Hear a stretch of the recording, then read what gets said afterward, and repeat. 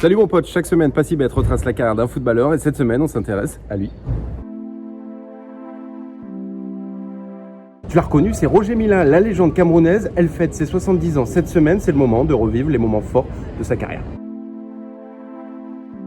Roger Milla, c'est avant tout 102 sélections, 36 buts, 2 CAN et un quart de finale de Coupe du Monde en 90. Lors de ce mondial 90, Roger Milla est remplaçant, il a 38 ans, mais c'est lors de cette compétition qu'il va forger sa légende puisqu'il va atteindre les quarts de finale. C'est la première fois pour une nation africaine et on se souvient tous de son pas de danse à chaque fois qu'il marque un but.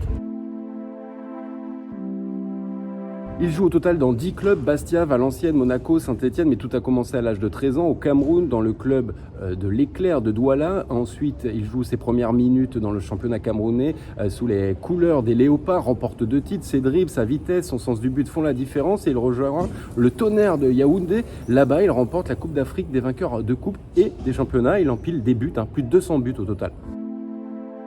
3 ans plus tard, il est appelé pour la première fois en sélection et puis en 76, il remporte le Ballon d'Or africain. C'est le moment de découvrir un club européen. Valenciennes lui propose un contrat, il accepte. Par contre, les 6 premiers mois, il va jouer avec les jeunes puisque Valenciennes a trop de joueurs étrangers, 3 et à l'époque, il en fallait que 2. Et donc les 6 premiers mois, il joue donc avec les jeunes.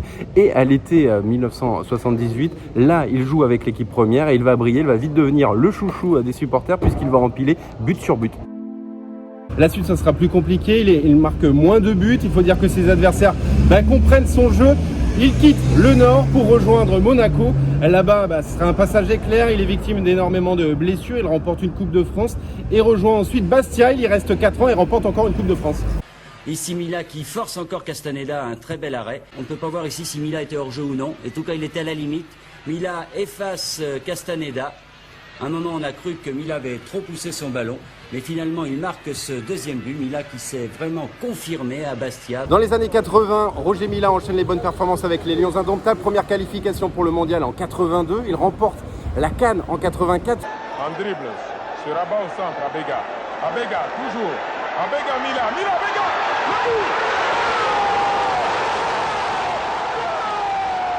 Finaliste en 86 et remporte une nouvelle fois la CAN en 1988.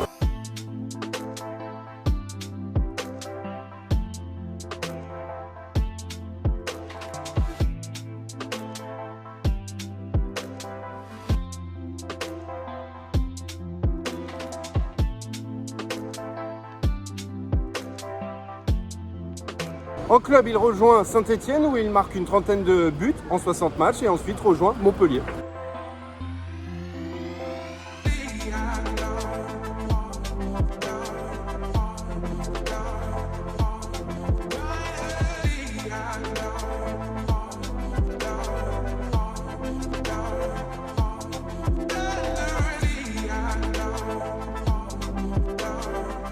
On est en 1988, il décide de raccrocher les crampons. 3 jubilés sont organisés, dont l'un à Yaoundé où 120 000 personnes sont présentes. Et à Yaoundé, comme à Douala, 4 jours auparavant, on jouera à guichet fermé.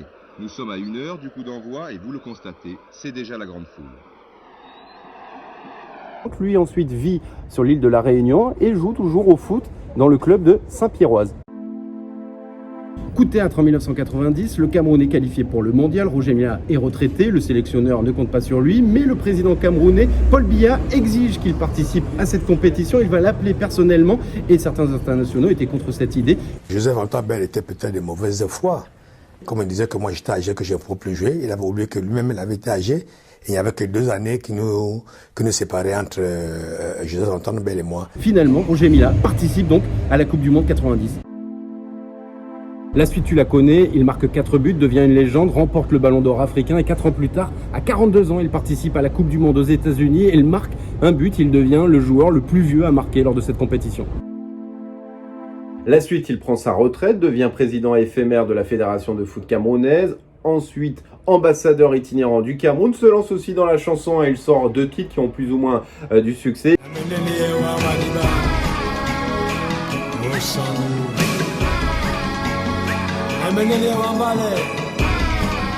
puis dernièrement, on l'a entendu son nom pour une polémique, c'était lors de la CAN avec ses propos sur les pays maghrébins. Il s'est ensuite excusé. C'est les pays maghrébins, bien évidemment, parce que c'est eux qui mettent toujours le bordel. C'est eux qui mettent toujours le désordre. Je suis désolé, que ce soit le Maroc, l'Égypte ou autre, que ce n'est pas normal.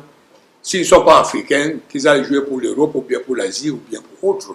Et Roger Milla va fêter ses 70 ans ce week-end. Il organise un match avec les anciennes gloires du foot. Il y aura Marcel Desailly, Okocha, Samuel Eto'o ou encore Fadiga et Ladji Diouf. C'est ce samedi donc à Yaoundé.